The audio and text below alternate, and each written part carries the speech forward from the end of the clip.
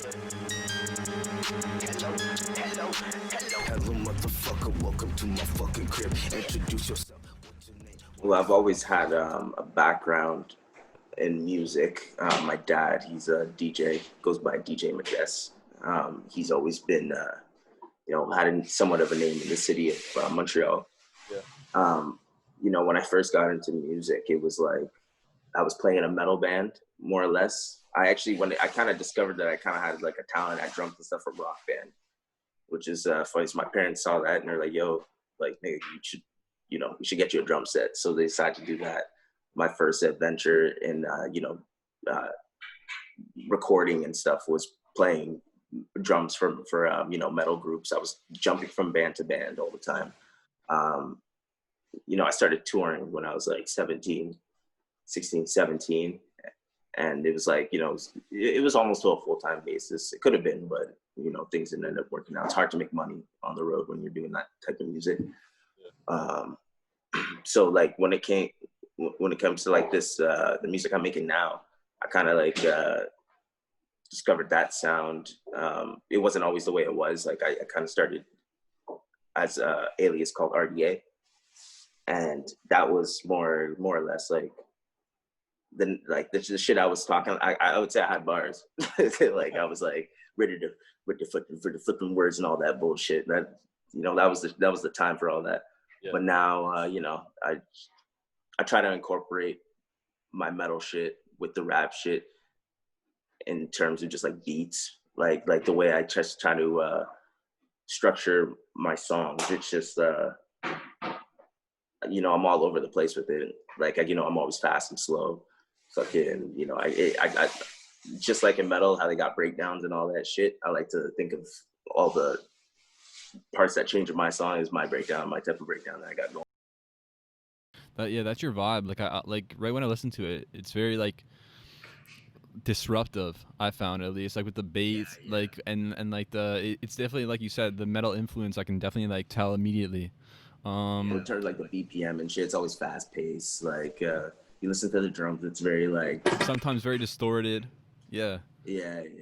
But so you said like you were on the road like early on, right? Like 17 and shit. Like what was that like? That was confusing. It was fun. It was the experience a lot of people that don't really get to experience at that age. It was a tough time though too, because I was very broke.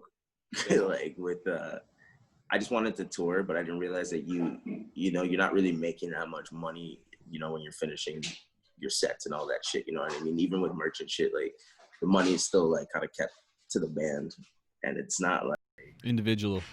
It's not what everyone imagines it to be. Especially like you're not like getting hotels to stay in all the time. Like you'd be crunching in the van on cold ass nights. Like at the first tour, we actually had to fucking sell our van. Like they didn't even make it through the tour. Like this is terrible. So you guys had to sell it. We had to cancel the tour. I was gonna say, I was like, you guys are like taxiing around and shit to different like venues. Yeah, pretty much, man. Yeah, you gotta do what you gotta do though, huh? You get started and shit. Okay, so when did you kind of go the individual route? You just kind of said like, fuck it, I'm gonna do my own thing. It was 2015. 2015, I was playing in my band called Fossil. There's an encounter that, I wasn't about, so I just had to separate myself from that. Yeah. And then I came up with the name RDA, and that's the first thing that I started as a solo project. RDA, okay. Do you have any music under that name or no? Yeah, there's still some songs out. Like you have to search up BUUNKIN and RDA or something. Like I'm sure it would come out somewhere. Like there's a few songs that are out there I know that I left up. How did you come up with the BUUNKIN name? My parents have been calling me BUUNKIN since I was a baby, so that was like all their idea. Okay. I just decided to add the W to it because of just like some label stuff that I was just going through. They wanted and I agree with them with this. They thought it would be nice and easier for people to find my name if I added the two U's rather than the one, because when you search up BUUNKIN with just one U, like Tiger and Chris Brown and all that bullshit comes up. It's kind of annoying. Kind of interrupts, So the project you released this year, I think was this year, right? Now what is it? Is it Woo? It's W. W. Okay. Yeah, so that's me, because before I had, like, it was just one U. Right. It was one U, and then, you know, the label, like, when I got signed and I decided I was gonna, you know, release the project this way. I thought the best way of just showing everyone was like, just with the name of the album, you know, like W. I'm adding the W to it now. You know what I mean? Yeah. But a lot of people, I get that woo thing a lot too. Yeah. But yeah, I don't want anyone thinking I'm like trying to front with that nigga like that, like that T-fish shit. Yeah. Like, okay, so when I saw the artwork for it, right? I was like, oh, look at this jolly guy. You know what I mean? That's exactly what I wanted. And then you listen to Prenub.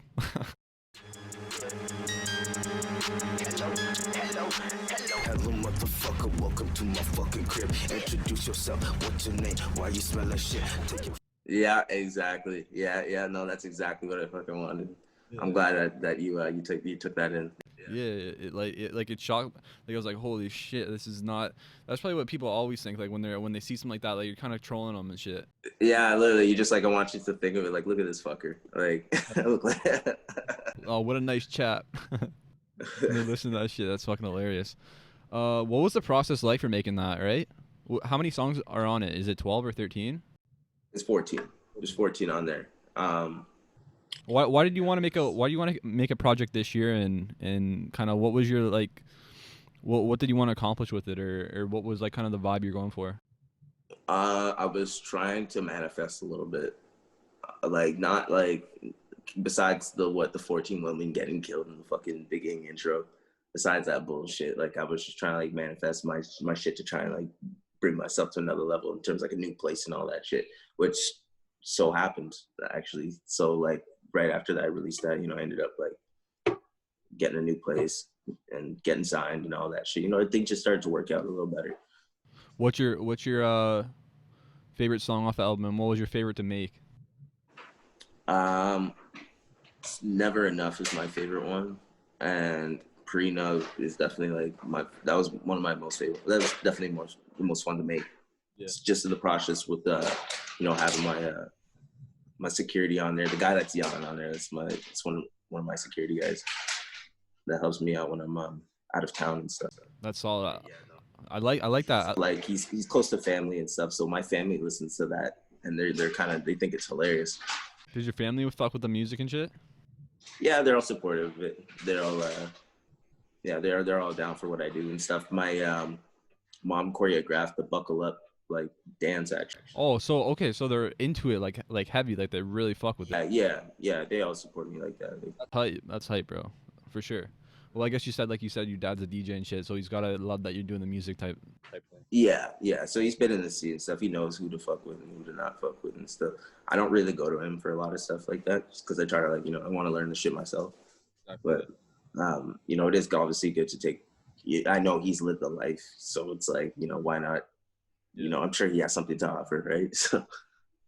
So I think so. When I was looking on your on Apple Music, I saw Soap and Buckle Up. Out to the lunch spot. Hit up on the pussy with some Molly Rock. I'm keeping the pump in the kitchen. Look at my drawers and I pull out a missile. Fuck up a bitch and I get the receipt. I'm making the money and I double a P. Double your bitch and I double a bit.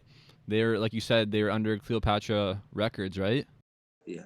What was it like kind of before the label making music and kind of marketing and all that shit, and then finally kind of getting like a deal? Like, how has that helped you out? Like, because I'm very curious. Like, I'm always curious about like label deals, you know what I mean? Yeah, it honestly doesn't. It really doesn't. Like, it's not, like, they don't really do shit.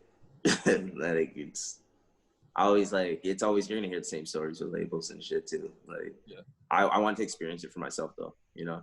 I had a goal for myself that I was like, I'm not, like, if I don't sign like some sort of deal before like I'm 25, then I'll try and figure out something else to do. You know what I mean? Like, at least tap into other things, see what else I'm good at.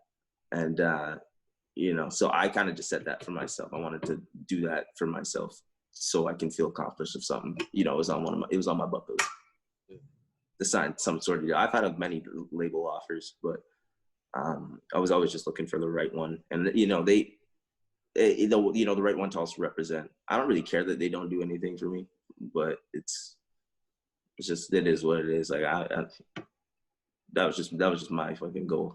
Yeah, get signed by a label. Yeah, for sure. It's nice. It's nice to say too. You know what I mean? Like you got like I still own all my shit really. Like I don't have to do shit for them. Yeah. Okay, so you can drop whenever you want and shit like that. Drop whenever I want. I got my own label, ZYX Records. So it's like I think that's the best way to do it. And I'm also doing a single, right? I'm doing like single deals. Yeah, that's a perfect, bro. It's like you read my script. I was literally gonna talk about ZYX next. So tell me about that. Like, you said that's your label. It's more than a label as well. It's like an entertainment industry, like company. It's really supposed to be fucking everything. Yeah. Besides, like, it's more than just music. When did you start that, and why did you want to start that? The vision with that was like, first vision really started with, I just wanted to throw underground shows, because not a lot of people were like throwing shows, and especially with like artists that suit the aesthetic and shit, you know what I mean? Like people just be throwing random people on shows thinking that it's going to pop off. But yeah, I just saw a thing for underground shows in the city because no one was doing it. And it's funny because the name, the whole idea really came about from a group chat.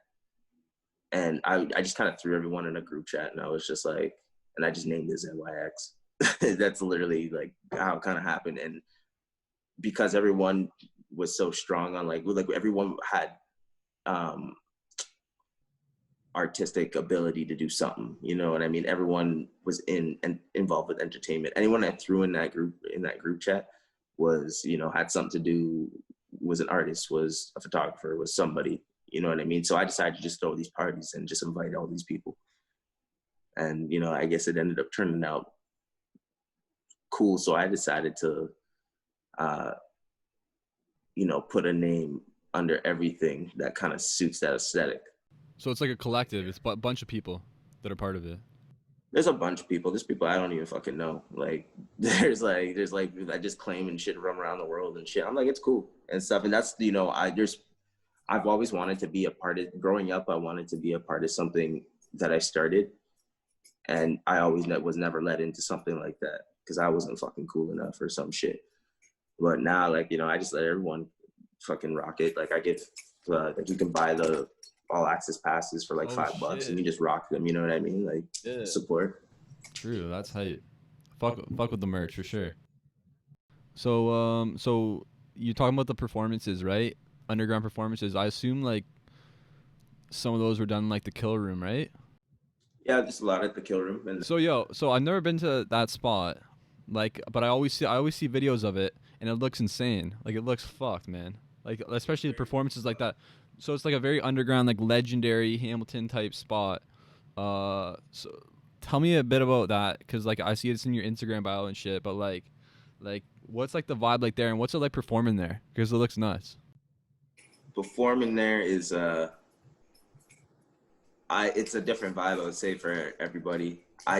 Most people don't get to perform the way they would like to because they're not like it's more or less when people book shows there, I notice they think that it's gonna be like those ZYX shows. Yeah. But they don't push the shows like that, you know what I mean? They just see what they see online and they're just like, oh, I'll show up there. Yeah. And it'll be this. But you know, you gotta work for that shit. Yeah. And like, you know, it's you know, when we're not around and stuff, you know, you're able to, you can rent a key spot there, you know, you can play monthly for it, and you know, you can go skate during the day if you want. You can book some photo shoots there. There's a jam space there, you know, there's a bunch of stuff that you can do there that I think that a lot of people don't know about. But we're only we're more or less making accessible to everyone now, because you know, it's getting boring out there. Like, you know what I mean? Like, there's not much that these skaters can do, and there's not much that, you know, just in general, not a lot for us to do during these times. Yeah. So it's just kind of a spot where we can just, you know, just relax and shit. Yeah, because it looks crazy. So like you said, like people expect like a BUUNKIN show for themselves, but it's not like that, when they book it. Oh yeah, no. Like I've pulled up to a lot of shows there and stuff. Like it's not the same. You know what I mean? I know this is not It's just that, well, in general, what we bring to the shows have to bring to the shows. Like we offer something different. You know what I mean? Like we serve food and shit at our shows. Like we cater and all that shit. Yeah. So like it is a little bit different. But yeah, the shows I have seen there, they've been cool. I remember the first show I ever performed there. That show would have made me like never want to fucking, like I had a vision to perform, had a vision, and it didn't go the way I wanted to. And honestly, it put my ass in tears, bro. I was like, yo, man, like this show fucking, it's one of my worst shows ever. And I think I was actually one of the first rappers to perform there before it was called the Kill Room. It used to be called somewhere, it's called the Deli Shop. Deli Shop. That's hard too. I fuck with that. But yeah, I gotta, like, once the pandemic's over, I gotta stop by and see what's good with that, 'cause it looks crazy. Yeah, I'm bringing a board. Come rip it up. So I also seen you on your Instagram with OVO 40. Oh, yo, that's funny. I actually didn't, when I met him, I didn't know who he was. Really? Yeah, you didn't know who he was. Yeah, Okay, wait. What year was this? My dad took that picture, and I was just having like a full ass conversation with him, and I just like leave, and I was just like, my dad's like, yo, man, you know who the fuck that was? No way. Like, he's like, man, it's OVO 40. I was like, get back in. That's when I just started rapping and shit. Like, I didn't know. What year was that? Sorry? What year was that? You said like around 2015 or? That's like 2015, 2016. Okay. So that was like 1 year after some shit. So how did that like walk me through like kind of that conversation, or like I guess he assumed that you knew who he was, you know what I mean? Or no? Yeah, he probably did. But even in general, I think it's cooler if I just go up to him and I'm just like, yo, just like, I ain't trying to show you my music. Like, yeah. So what do you guys talk about? What did we talk about? Fuck.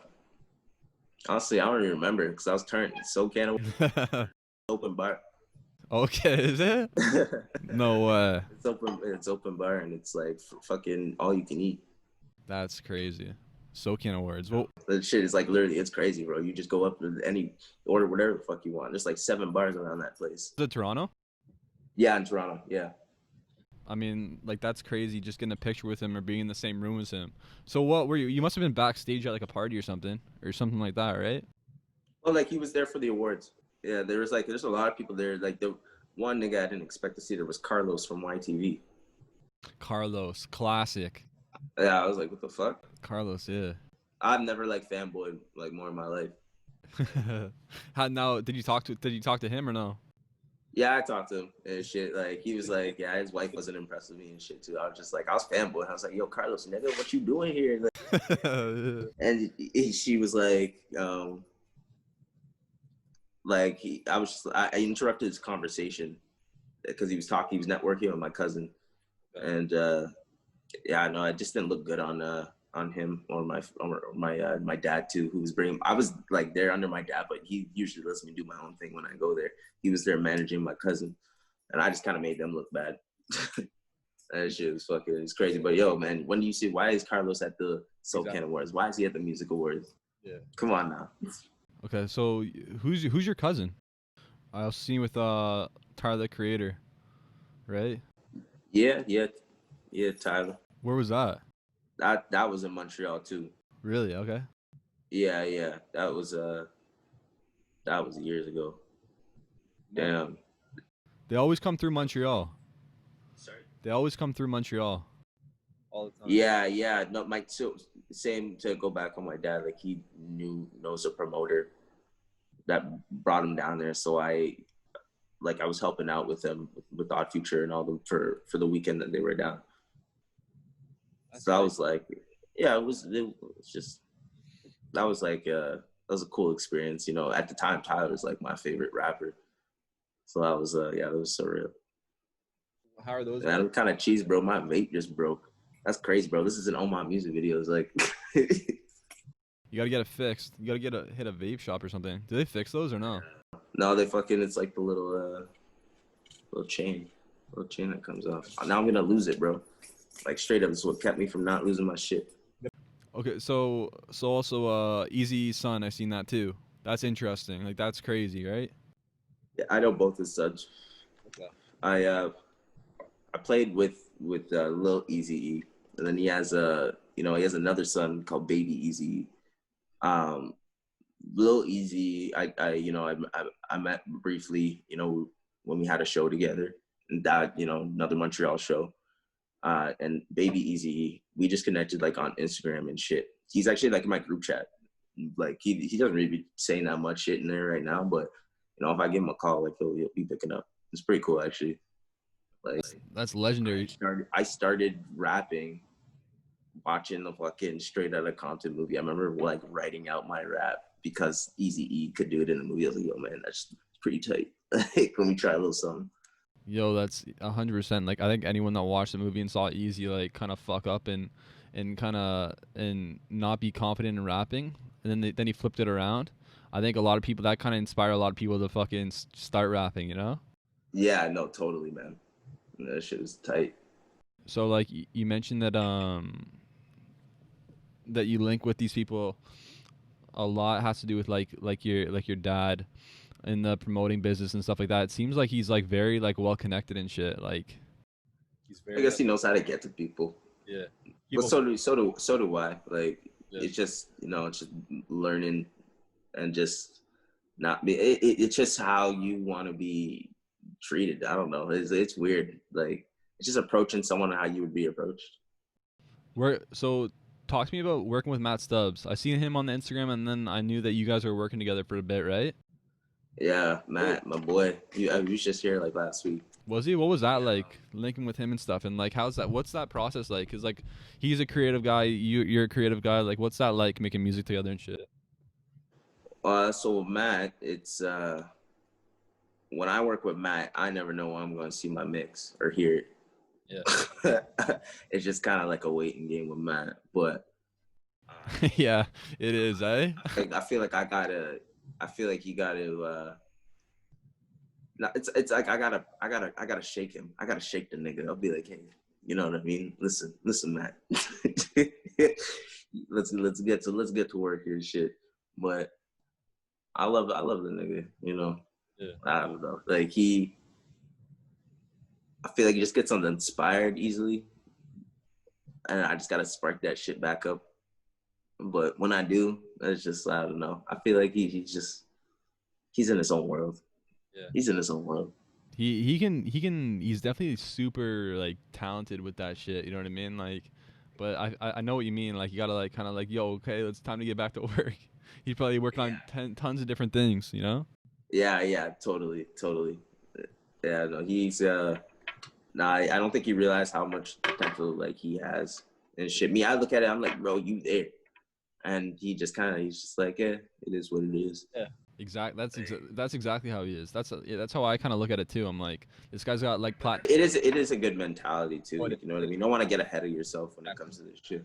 Yeah, I'm sure he's thinking like he knows what he has to do. He's probably aware of it. He just, like you said, he puts it off like that. This is a good guy. I just need him to call me when I need help. You know what I mean? Yeah. You guys have if he sees this, Matthew, I'm your friend. I can help. You guys have tracks together or no? Yeah, we have tracks. Yeah, we have plenty of tracks. I probably got like 10 songs of them that, and we shot a music video too. Like, there's a lot of stuff we've worked on, and I don't know if I'll see the light of day of it. So, but that's just the music shit in general. Like, there's so much shit that I've recorded. That's how it is. You hear like whenever you listen to artists interviews and stuff, like they'll always say like, I work with this artist. I don't know if that shit's ever gonna come out. You know what I mean? Yeah, exactly. It's just like one of those types of things. Like, Exactly. When you never know though. Like, like 10 years, you go back in the files, you're like, shit, this is like, it's for its time. Could be ahead. Exactly. It aged well. Exactly. So I seen on your Spotify 228,000 streams, right? This year. Like, that's a lot, bro. That's fucking tons. Yeah. I thought it could be a little fucking better though, honestly. Especially just the way I promoted myself. I feel like I promoted myself like not the best this year. Could have been. But it was hard. But that shit was hard, bro. You gotta put this like year off. You can't like move around the way you want to. You know what I mean? Yeah, totally. So like next year would probably be the one to like, if not even next year, shit, when you can like fully like move around and shit. It's probably when you got to judge that. But like, what do you think like what's the next steps for you in terms of like music, like what you have like or what you plan on having come out, and then like in terms of like marketing and shit, like what do you want to do? So what's coming out next? There's always projects on the go under ZYX. Yeah. That kind of keeps me a little active rather than releasing BUUNKIN tracks all the time. Like people know we're always working on both ends of on the table.